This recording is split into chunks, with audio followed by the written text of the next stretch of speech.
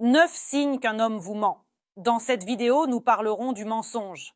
La confiance est un élément important de relations saines, heureuses et solides. Et si vous réalisez que quelque chose ne va pas dans votre relation, par exemple que vous commencez à vous rendre compte que votre homme vous ment, qu'il n'est pas honnête avec vous, alors cette vidéo est pour vous. Par certains aspects de son comportement, par certains signaux, on peut déterminer si un homme est vraiment malhonnête.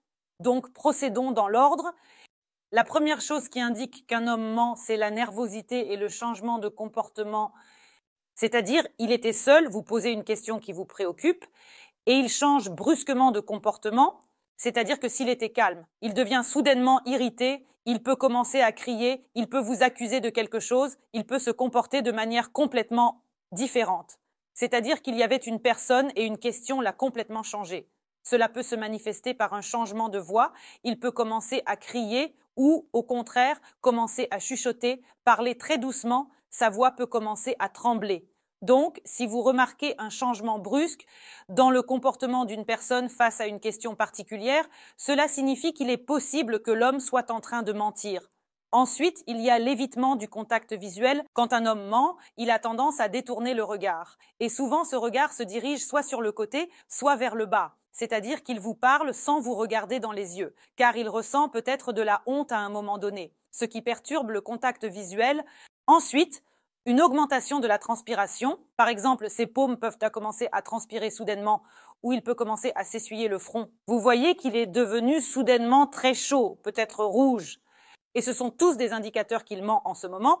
Ensuite, des gestes inappropriés. Il commence à ajuster ses vêtements, à jouer avec ses cheveux, à tourner quelque chose, à frotter quelque chose. En d'autres termes, il fait des gestes étranges. Vous comprenez? Des gestes qui sont maintenant bizarres. Dans la vie quotidienne, de tels gestes n'existent pas. Tout cela peut indiquer que tout d'abord, l'homme se sent très mal à l'aise en ce moment, qu'il ment, et que cette réaction défensive consiste à tripoter quelque chose. Il transpire parce qu'une tempête d'émotions se déroule à l'intérieur de lui, il a quelque chose qui se passe avec sa voix, il ne vous regarde pas dans les yeux, et ces indicateurs peuvent indiquer qu'il ment en ce moment. Ensuite, des phrases défensives, la meilleure défense, c'est l'attaque.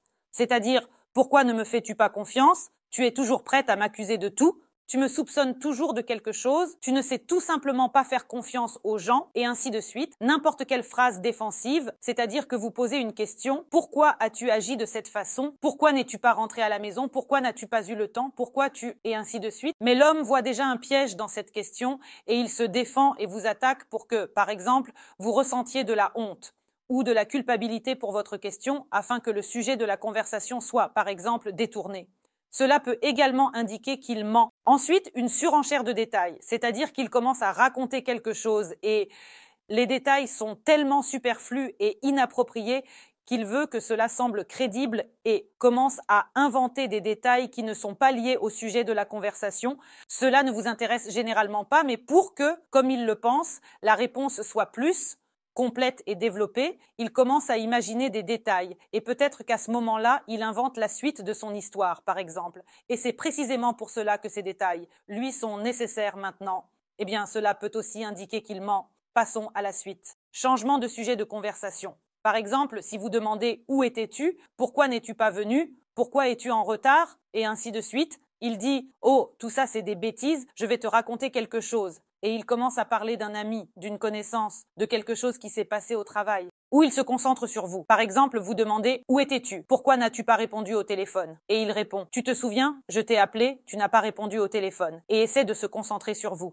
Toute possibilité d'éviter la conversation indique qu'il ne veut pas en parler. Peut-être qu'il ne veut pas parler pour ne pas mentir, et s'il doit en parler, alors il doit mentir. Donc, si vous remarquez ces attaques, ces changements, ces variations de comportement, cela ne fait que témoigner du mensonge de l'homme. Ensuite, projection et accusation. Les infidèles soupçonnent d'infidélité tout le monde autour d'eux. C'est-à-dire que si un homme, par exemple, est infidèle, il va vous soupçonner d'infidélité, il va dire que toutes les femmes sont infidèles, et ainsi de suite. Un menteur verra des mensonges partout, il dira que celui-ci ment et celui-ci encore, et ainsi de suite. Chaque personne projette son image sur les autres. C'est-à-dire que nous voyons les autres à travers le prisme de nous-mêmes. Si vous entendez votre homme dire que tout le monde ment, que tout le monde est des menteurs, qu'on ne peut faire confiance à personne, regardez-le attentivement.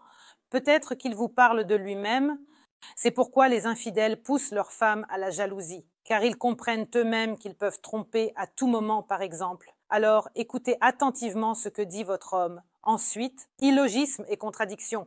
Par exemple, il dit qu'il part en voyage d'affaires. Puis, il y a des faits illogiques où il dit qu'il est allé chez ses parents ou qu'il est parti à la pêche mais il revient sans poisson. Et ainsi de suite, c'est-à-dire qu'il y a des incohérences, des illogismes, c'est-à-dire qu'il dit qu'il est allé quelque part au nord mais qu'il est revenu brûlé.